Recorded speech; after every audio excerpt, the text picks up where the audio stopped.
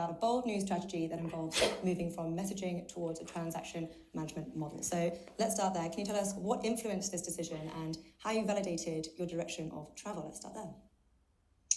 Sure. So we start really with the story of GPI and what's happened with the community over the last few years with international payments. And in doing that, what we found is the sheer value in connecting together, rather than dealing with those individual messages that pass from one institution to another, putting them together into an end-to-end chain. And it's been a huge benefit to the community in terms of being able to track and see what happens end-to-end. So, for example, payments we know arrive now internationally, typically within a day. Less than 4 or 5% take longer than a day to hit the beneficiary. And we know that because we're taking that end-to-end transaction approach. Now, that experience leads into a strategy review at the end of last year, the beginning of this year, where we looked at actually how's the market changing, the sheer disruption and digitization that's going on. And out of that came this conclusion that we need to move to transaction management for all our transactions, securities, payments, end to end. And we took that conclusion to our community and we validated it with the major players and with working groups and across the whole community, really, and with our board.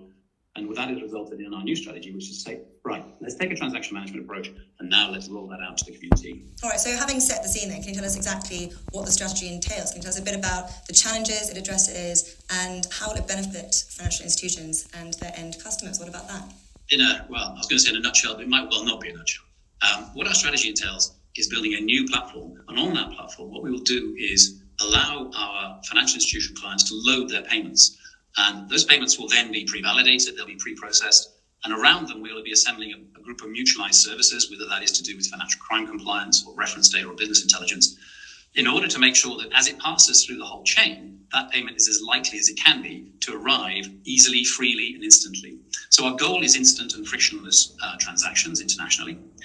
And on top of that, this platform will enable users to connect through whether it be messaging or APIs. They will have that choice. They will be able to migrate to it at their own speed. And it's based around the whole concept of having rich data, because rich data is absolutely essential for better compliance and is absolutely essential to extend how payments are used and the services that institutions can offer to their clients. So end users, and that's what really matters at the end of the day, end users will get faster payments, they'll get frictionless payments, and they'll be able to get access to much more information about a payment, what has happened to it. And through these API linkages, we'll also be able to provide links between our platform and other platforms and partner providers, enriching the whole ecosystem.